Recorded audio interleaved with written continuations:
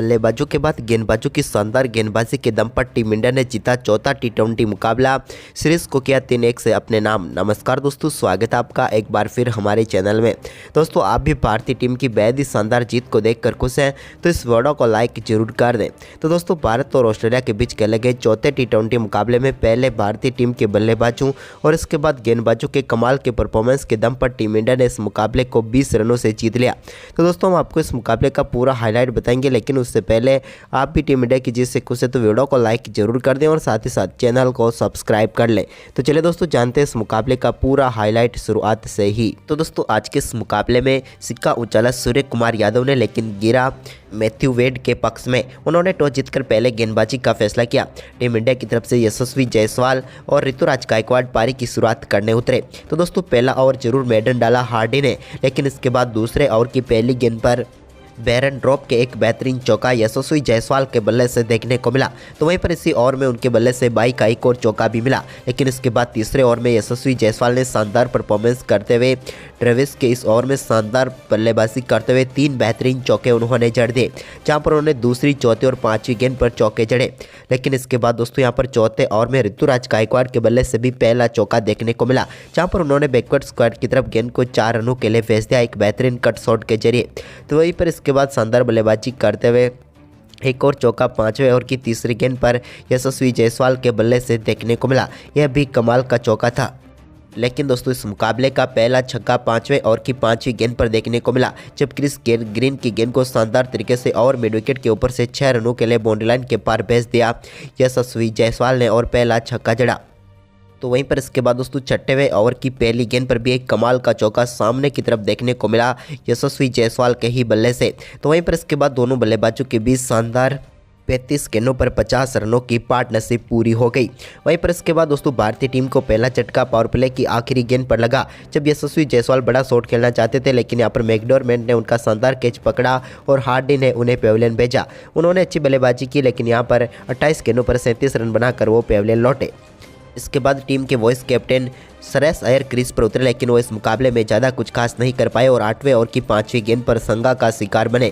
वो बड़ा शॉट खेलना चाहते थे, लेकिन ग्रीन को अपना केस थमा बैठे और इस मुकाबले में 7 गेंदों पर 8 रन बनाकर श्रेयस अय्यर भी चलते बने। तो वहीं पर इसके बाद कप्तान सूर्या भी ज़्यादा देर तक नहीं टिक पाए और 9वें ओवर की पहली गेंद पर वो भी अपना कैच थमा बैठे मैथ्यू वेड को। टीम इंडिया को एक और झटका लगा। सूर्य कुमार यादव को पेविलियन भेजा ड्वार सुइस ने, जिन्होंने अच्छी गेंदबाजी की और पहली सफलता प्राप्त की उनकी। लेकिन यहां पर सूर्य कुमार यादव 2 गेंदों पर सिर्फ 1 ही रन बनाकर ड्वार सुइस के शिकार बन गए। इसके बाद दोस्तों, रिंकू सिंह का कमाल का परफॉर्मेंस जारी रहा। आते ही उन्होंने 9वें ओवर की चौथी गेंद पर एक कमाल का चौका मिड विकेट की तरफ जड़ दिया। यह एक बेहतरीन शॉट था, उनके बल्ले से निकला हुआ। तो वहीं पर इसके बाद दोस्तों, ऋतुराज गायकवाड़ ने भी कमाल की बल्लेबाजी करते हुए 10वें ओवर की 5वीं गेंद पर एक और कमाल का छक्का मिड विकेट के ऊपर से जड़ दिया।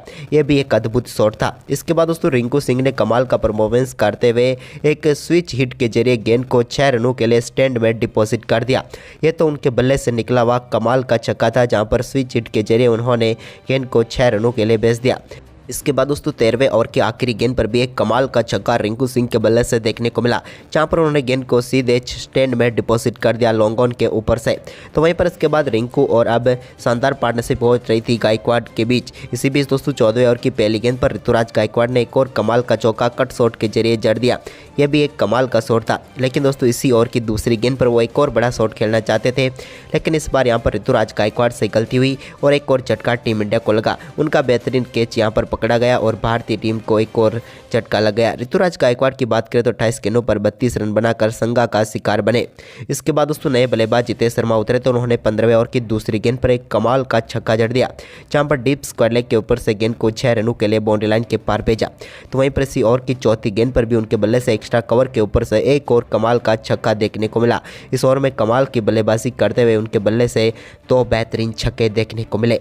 इसके बाद दोस्तों, 17वें ओवर की चौथी गेंद पर शानदार परफॉर्मेंस करते हुए रिंकू सिंह ने एक बार फिर गेंद को टिप मिड विकेट के ऊपर से गेंद को 4 रनों के लिए बाउंड्री लाइन के पार भेज दिया।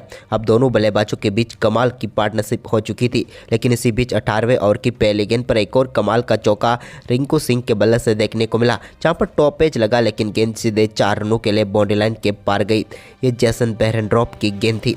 इसके बाद इसी ओवर की अगली गेंद पर उन्होंने शानदार तरीके से एक बार फिर गेंद को 4 रनों के लिए शॉर्ट फाइन की तरफ भेज दिया। पैरों पर गेंद थी तो ये कहां पर छोड़ने वाले थे रिंकू सिंह, और एक और चौका जड़ दिया। इसके बाद 19वें ओवर की दूसरी गेंद पर भी जितेश शर्मा के बल्ले से एक और कमाल का चौका देखने को मिला। यह भी शानदार चौका था जो कि एक्स्ट्रा कवर के ऊपर से गया। लेकिन इसके बाद दोस्तों दोनों बल्लेबाजों के बीच अच्छी पार्टनरशिप हो रही थी, लेकिन 19वें ओवर की चौथी गेंद पर टीम इंडिया को एक और झटका लगा, जब जितेश शर्मा एक फुल टॉस गेंद पर बड़ा शॉट खेलना चाहते थे, लेकिन ट्रेविस हेड को अपना के इस्तेमाल बैठे और एक और झटका भारतीय टीम को यहां पर लग गया। हम बात करें जितेश शर्मा की तो 19 गेंदों पर 35 रनों की पारी खेलकर डवार स्विस का शिकार बने। इसके बाद अक्षर पटेल नए बल्लेबाज आए, लेकिन अक्षर पटेल भी कुछ खास नहीं कर पाए और वो भी अपना कैच संगा को थमा बैठे और एक गेंद पर ही शून्य पर ही चल पड़े, यानी कि गोल्डन डक पर वो भी आउट होकर पेविलियन लौटे।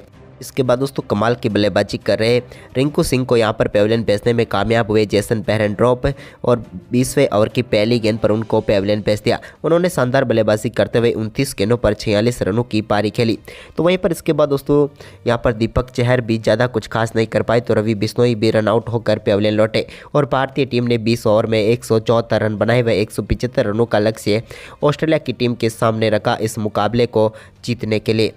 वहीं पर इस लक्ष्य का पीछा करने उतरी ऑस्ट्रेलिया की टीम की शुरुआत तो ताबड़तोड़ रही, जब शानदार बल्लेबाजी करते हुए ट्रेविस हेड ने तीसरे ओवर में शानदार बल्लेबाजी करते हुए दीपक चहर के ओवर में 4 चौके और एक बेहतरीन छक्के को बदौलत इस ओवर में 22 रन बटोर कर तूफानी शुरुआत दे दी ऑस्ट्रेलिया की टीम को। लेकिन इसके बाद दोस्तों चौथे ओवर में रवि बिश्नोई ने जोसेफ फिलिप को बोल्ड करके पेविलियन भेजा और भारतीय टीम को पहली सफलता दिला दी।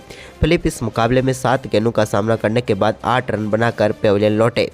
तो वहीं पर इसके बाद दोस्तों 5वें ओवर की चौथी गेंद पर अक्षर पटेल ने टीम इंडिया को एक और बड़ी सफलता दिला दी और उन्होंने यहां पर आउट किया ट्रेविस हेड को, जिनका बेहतरीन कैच मुकेश कुमार ने पकड़ा। उन्होंने 16 गेंदों पर 31 रन बनाए।